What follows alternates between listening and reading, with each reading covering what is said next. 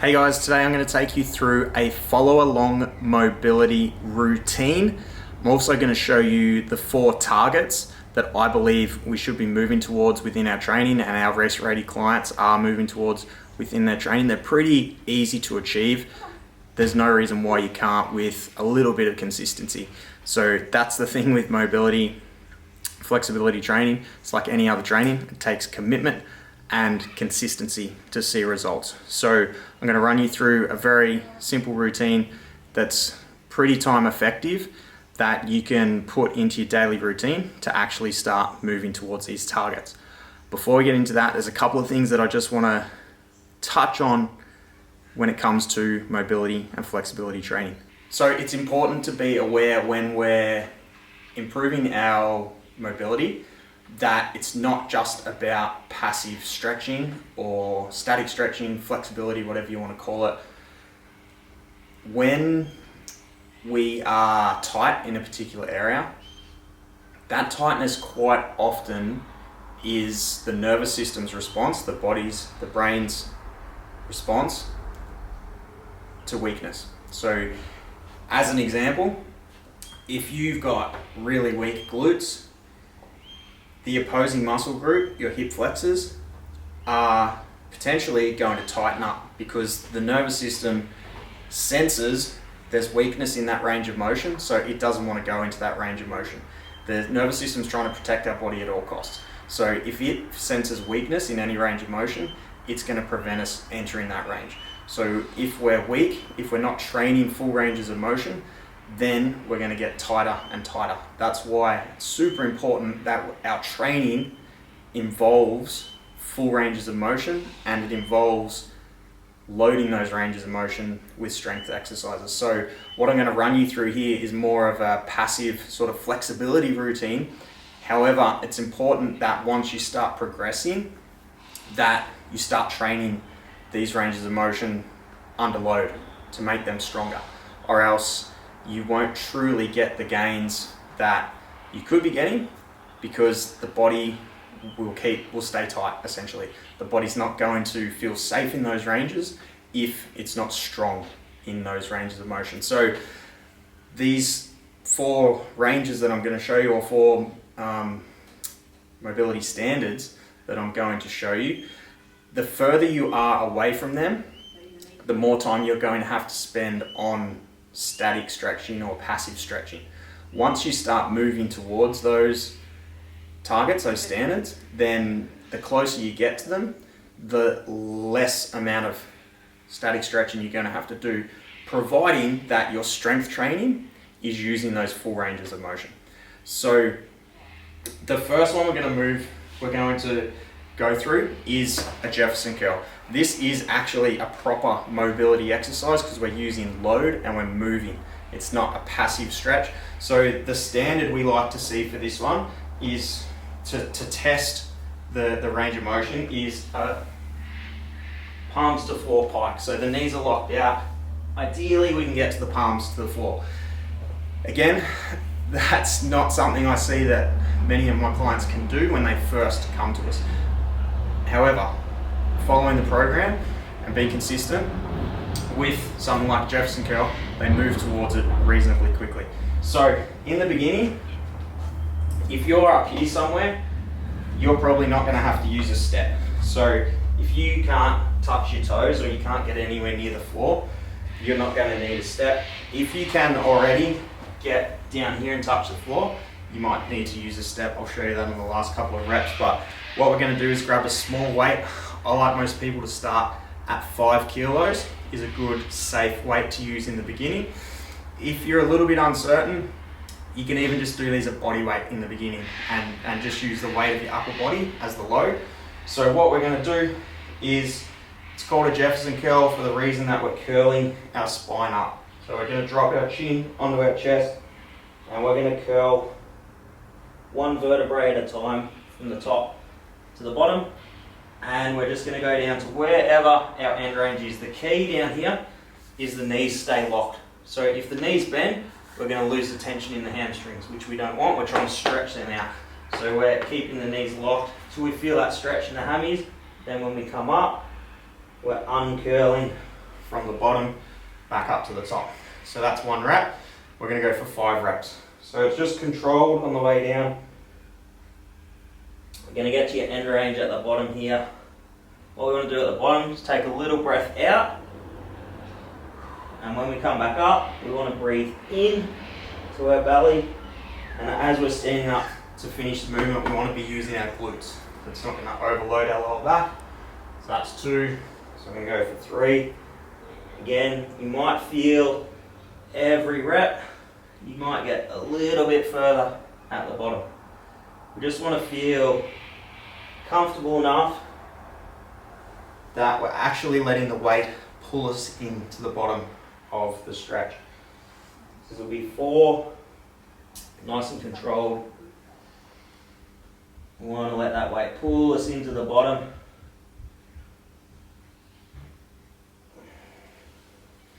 So for the 5th rep, I'll show you, as you progress and you get close to the floor, you might want to use a step like this.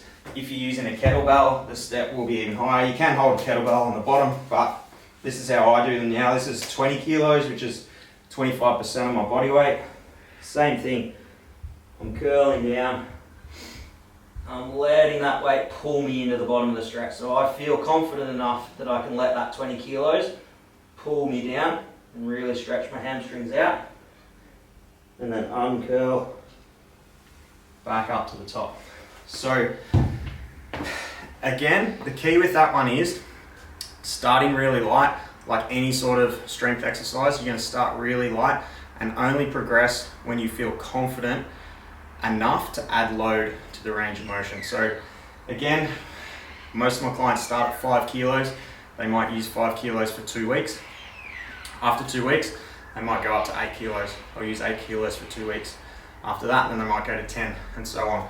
Once you get near 25% of your body weight, that's a really good range, a really good load to be working at. Obviously, the more weight, the more load you use, it's actually going to have that benefit of pulling you down into the movement even more and getting even better results. But we don't want to jump ahead too quickly. We want to respect the process, build up some resilience in that range of motion and add load slowly. Stretch number 2 is the couch stretch. So it's called the couch stretch because you can actually do this up against a couch. Ideally, you've got a wall to do it. I've got a pad on the floor, could just be a rolled up towel or a cushion. What we're going to do is put our foot up behind us. Now I'm just going to show you the target, the standard. What we're looking to achieve here is to get our knee full flexion. My bum's on the wall, my shoulder blades are on the wall, my foot's out beside my hip. That's the standard we're looking to achieve. Again, I see most people start, they're nowhere near that. I'm going to use my phone here for the timer. We're going to go for 60 seconds a side. I've started that. So what we want to do is we want to find the range that we can actually open our chest up. We want the hip to be an extension. We don't want to be hunched forward here like a half open pocket knife because the hip's not actually an extension. So what we're trying to do is find the range. The tighter you are, the further you bring your knee out off the wall, but we want to be able to get the hip in extension, and we don't want the extension to come from our lower back. We're not arching our lower back and flaring our chest up. Our ribs are staying down, which means our pelvis is just a little bit of a posterior tilt in the pelvis, and the hip is in extension. So we've got a nice straight line from our shoulder to our hip down to our knee. So we're just, once we've found our range, we're just holding that stretch. We're nearly up to a minute now for that first side. That's a minute. Then we're going to switch sides. Same thing. We want to find our range. So now would be a good time. It's really important to use your breathing when we're doing this. This is an example of a passive or a static stretch. So if you're really tight in this range, it's going to be met with some resistance. There's going to be some tension, and that tightness in the muscle. The goal is to allow the nervous system to relax and feel safe And that when it does that, it's going to let go of that little bit of tension and it's going to increase your range. So the way we do that is with the breath. So once you feel that stretch, you can feel where it's on stretch, want to breathe in.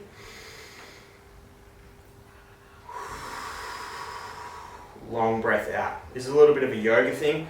What I imagine when I'm breathing out is I'm actually breathing out through that muscle that I'm trying to release. So I imagine I'm breathing the tension out through my quad. Sounds a bit woo-woo, but it legit works. So that's 60 seconds. So you're going to do 60 seconds on the right, 60 seconds on the left. Find your range. The key on this one is we want to,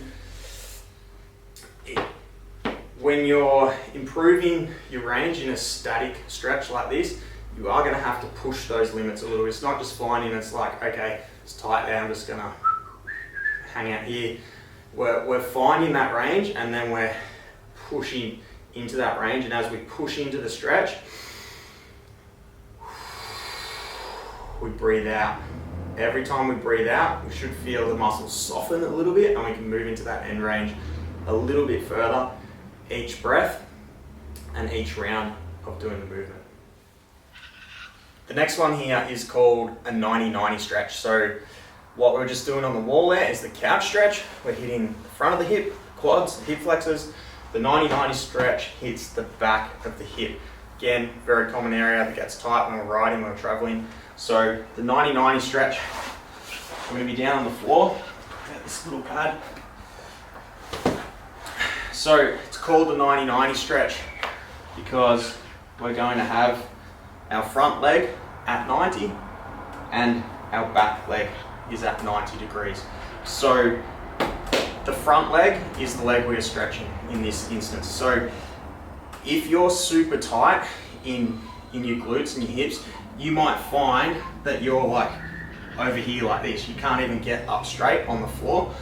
The easy way to regress this, if you're super tight, is to just get a couple of pads, or this is an ab mat. You could use a cushion, a pillow. If you elevate that hip under your glute, it's going to make it much easier to get into position.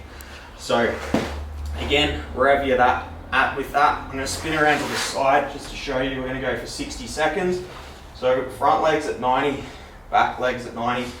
The key with this one is we're keeping our hips parallel. Imagine you had a plumb line on your shin. That front leg's at 90. There's a plumb line on your shin.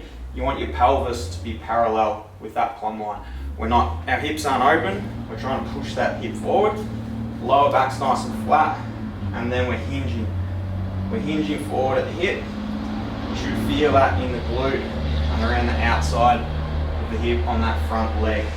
So again, once we find that stretch, we're breathing into it. And take a breath in. As we breathe out, should feel we can just move a little bit further forward. We're up to about 40 seconds now. Again, we're just using the breath. Keeping those hips parallel with that front leg, and then we're easing into that stretch. That's a minute there. So the key with this one is that we're not hunching. We don't want to hunch forward because we'll lose that stretch. We're keeping the hips tilted forward, nice neutral spine. We'll hit the other side. So again, front legs at 90, back legs at 90. Find that stretch, hinge forward till we can feel the stretch. Once we can feel the stretch, we want to use the breath. So we breathe in.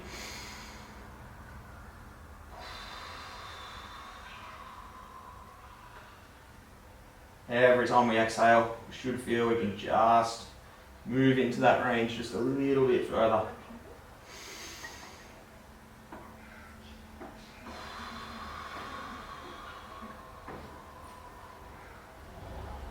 I'm trying to slow the exhale down. Remember, we're trying to relax the body. We're not trying to hold it. We don't want to be holding on to any tension. We want to be letting go of the tension.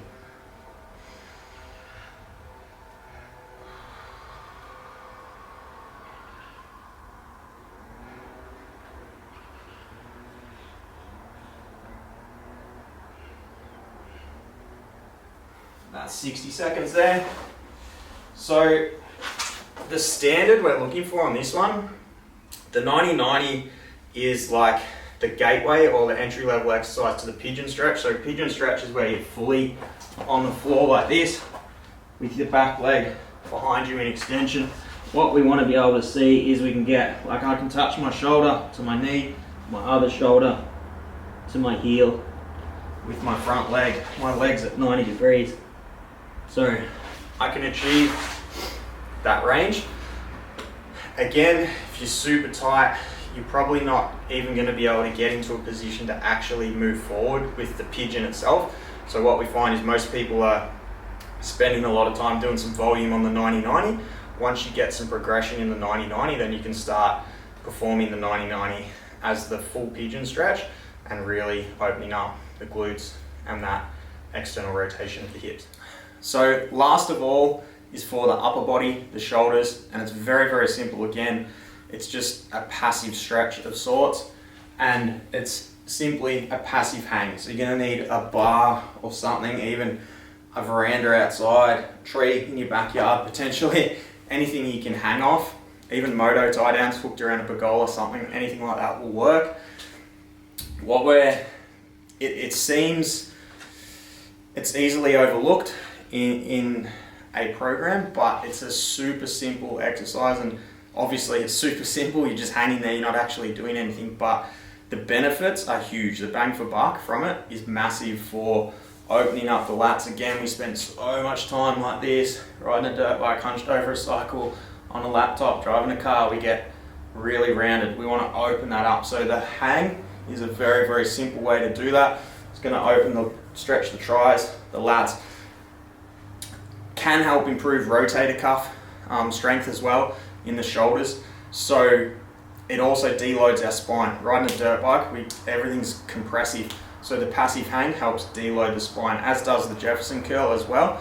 The passive hang also deloads the spine, so it's super beneficial. So I'll start the timer. In the beginning, I find a good dosage for people is just 30 seconds. 30 seconds on, 30 seconds off.